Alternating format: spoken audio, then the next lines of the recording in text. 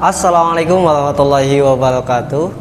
Halo teman-teman semua, balik lagi bersama saya Jimmy Ramdan Fadila di channel Cianjur Pride.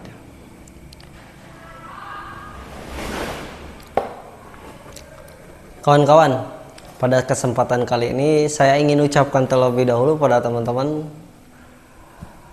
selamat atas waktu yang telah teman-teman berikan berdedikasi pada pemilihan calon pimpinan daerah teman-teman hari tadi ya kawan-kawan. Terkhusus untuk Kabupaten Cianjur, selamat kalian telah memilih pimpinan daerah Jawa Barat dan pemilihan bupati di Kabupaten Cianjur yang ada 3 calon tadi kawan-kawan. Selamat ya kawan-kawan, kalian telah berdedikasi memberikan hak suara kalian untuk memilih calon pimpinan kalian masing-masing.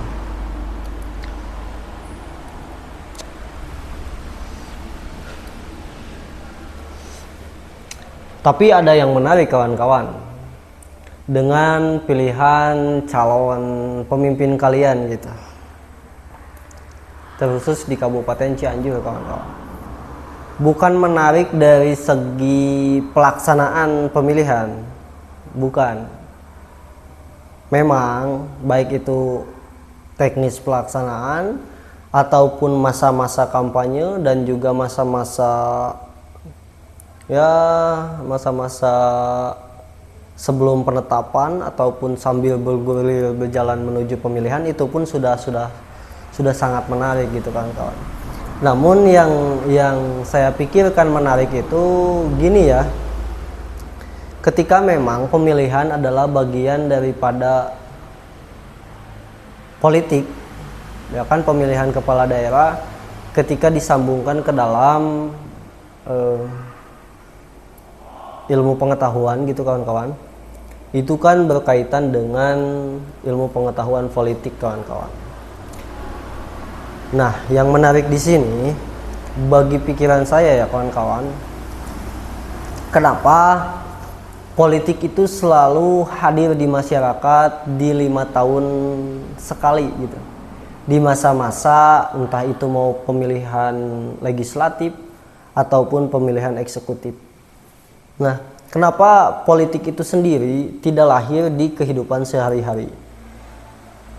Jarang, maksudnya ya kawan-kawan, jika memang tidak mendekati pemilihan-pemilihan pimpinan masyarakat gitu, entah itu daerah ataupun di kampung itu sendiri, kalau bicara desa, entah itu daerah di provinsi. Nah, kenapa hal-hal tersebut selalu lahir di 5 tahun sekali? Memang secara penjadwalan dari periode itu 5 tahun sekali. Namun ketika berbicara soal politik, kenapa aktivitas politis itu selalu dimaknainya di 5 tahun sekali? Padahal ketika berbicara tentang politik itu sendiri, dalam kehidupan sehari-hari pun kita berpolitik gitu kawan-kawan. Namun kenapa pemaknaan akan politik yang lebih besar itu selalu lahir di 5 tahun sekali? Nah, itu sih yang menurut saya menarik gitu kawan-kawan. Dan ketika memang politik itu lahir setiap 5 tahun sekali,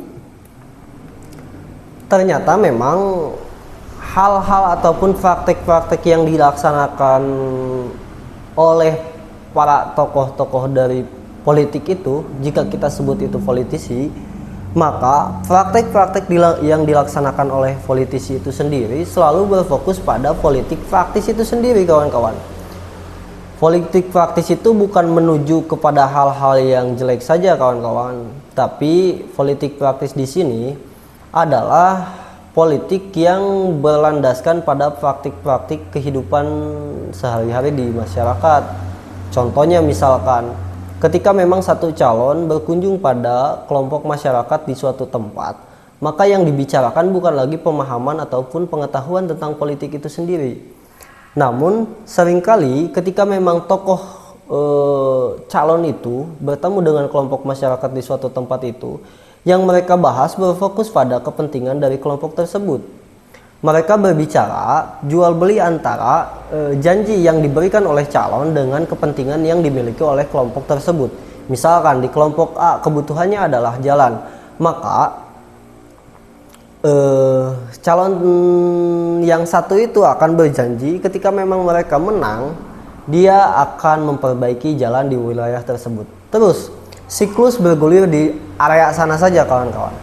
Padahal ketika memang siapapun pemimpinnya, siapapun yang menang dari calon tersebut, pembangunan infrastruktur itu adalah hal yang memang perlu dilaksanakan dan wajib dilaksanakan.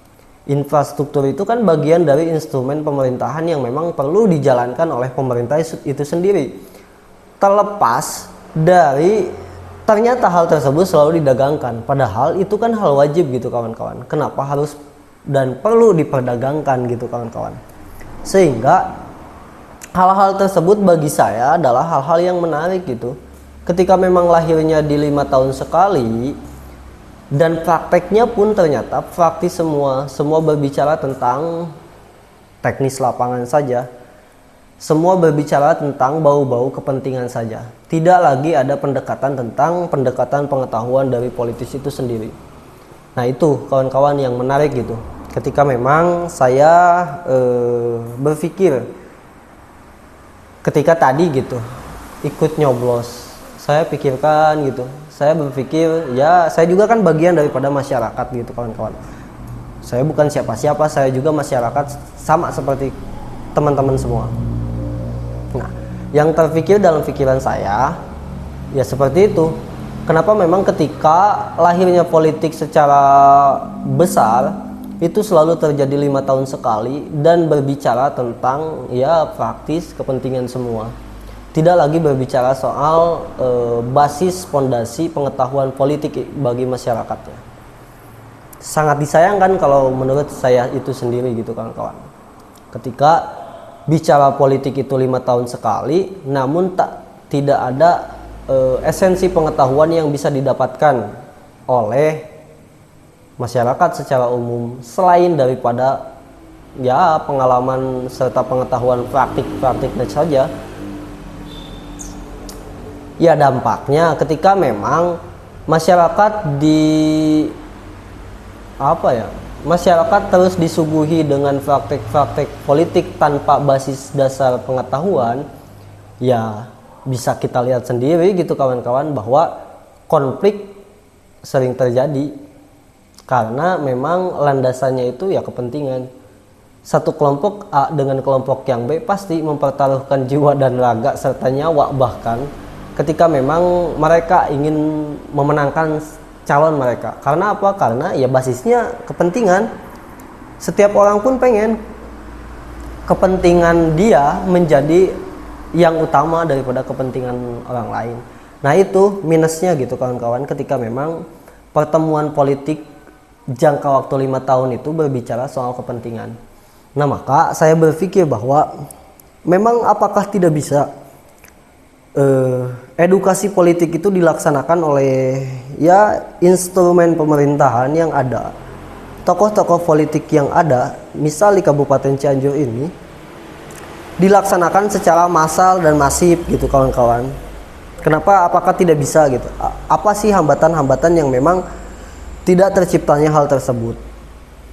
Kita bicara soal pendidikan politik masyarakat secara massal ya, secara masif juga. Tersistematis, terlaksana, terjadwal gitu, teratur, bukan yang ya 6 bulan sekali, bahkan setahun sekali, itu pun selipan-selipan tidak berbasis pengetahuan secara sistematis. Yang saya bicarakan kan edukasi ya, pendidikan politik secara masif dan terstruktur.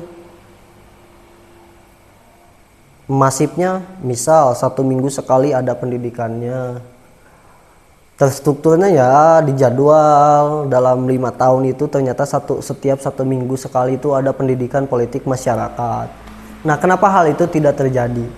Oke boleh ketika memang ada orang yang mendengarkan ini pasti berpikir bahwa misal tokoh politik pasti berpikir bahwa oh saya udah melaksanakan Dikpol katanya, pendidikan politik untuk masyarakat. Saya udah melaksanakan. Kenapa Anda tidak menganggap itu sebagai cara ataupun kegiatan yang telah terlaksana? Saya berpikir bahwa ya memang Dikpol itu sering terjadi di kalangan para tokoh-tokoh politik karena basisnya mereka memiliki partainya masing-masing. Nah, pendidikan politik itu salah tidak? Tidak salah. Namun bagi saya itu terlalu eksklusif bagi ya kader-kadernya saja. Kenapa? Untuk mengenyam pendidikan politik harus berpartai dulu gitu. Apakah tidak ada pikiran bagi instrumen pemerintahan yang berpikir bahwa pendidikan politik itu perlu dikenyam oleh seluruh masyarakat? Bukan sebagian atau sekelompok saja. Ketika bicara partai dengan pendidikan politik khusus untuk kadernya saja, itu berbicara tentang pendidikan politik kelompoknya saja. Tidak berbicara tentang pendidikan politik umum serta menyeluruh bagi seluruh rakyat yang ada di satu daerah. Nah, yang saya bicarakan itu adalah pendidikan politik di satu daerah secara masif dan menyeluruh. Nah, kenapa tidak ada? Maka ketika memang tadi udah terjadi pemilihan kepala daerah, yang saya pikirkan dan bagi saya menarik itu adalah hal tersebut. Bukan tentang siapa yang menang, bukan tentang siapa yang salah, bukan tentang bagaimana untuk menang dan bagaimana mereka kalah. Bagi saya itu tidak terlalu menarik. Kenapa tidak menarik? Karena ya flat. Tiap pemilihan pun tetap seperti itu, dengan strategi yang sama, dengan agitasi propaganda yang sama, dengan gerakan-gerakan masif yang sama, ya semuanya juga tetap berjalan seperti itu. Siklusnya ya terus tetap seperti itu. Makanya bagi saya itu tidak menarik.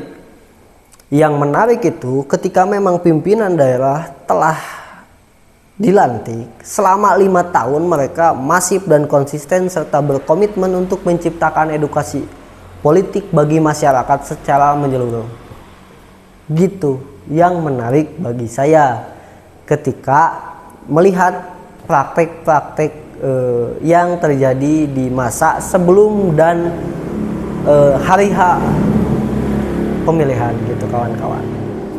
Gitu ya kawan-kawan, ini mas sekedar mengisi waktu dan saya berbicara soal opini saya punya opini seperti ini nih. Terlepas salah dan benar ya salah, saya tidak menutup kemungkinan bahwa saya salah, ya memang nggak apa-apa. Bagusnya juga ketika memang saya salah, maka ada pihak yang menyalahkan. Dan pihak tersebut ketika berani menyalahkan, maka pihak tersebut memiliki pengetahuan. Nah, saya lebih senang seperti itu. Dengan adanya pihak yang berani menyalahkan, berarti mereka berpengetahuan, maka saya akan undang ke sini untuk berdiskusi bersama-sama. Nah, seperti itu. Kalau misalkan saya berpikir tentang pikiran tadi yang saya telah utarakan, tapi saya konsumsi untuk diri saya sendiri, ya tidak akan lahir diskusi gitu kawan-kawan. Semua orang akan berpikir dengan pikirannya masing-masing tanpa ada ruang untuk berbicara tentang salah dan benarnya yang mana, tentang bagus dan tidaknya yang mana.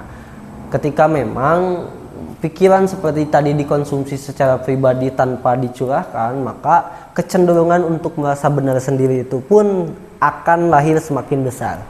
Maka saya memberanikan diri di channel ini, saya membuat konten setelah tadi pemilihan saya bicara seperti ini, karena saya pun merasa bahwa argumentasi ataupun opini yang saya berikan tadi itu kurang kokoh. Maka ketidakkokohan itu saya perlu bangun dengan saya mengutarakan, dengan saya menunggu orang-orang yang akan membantah tentang opini saya. Sehingga akan lahirlah satu pemahaman yang bisa ditularkan pada orang-orang yang menonton tentang pemahaman yang baik tentang diskusi politik itu sendiri. Nah, seperti itu kawan-kawan ya.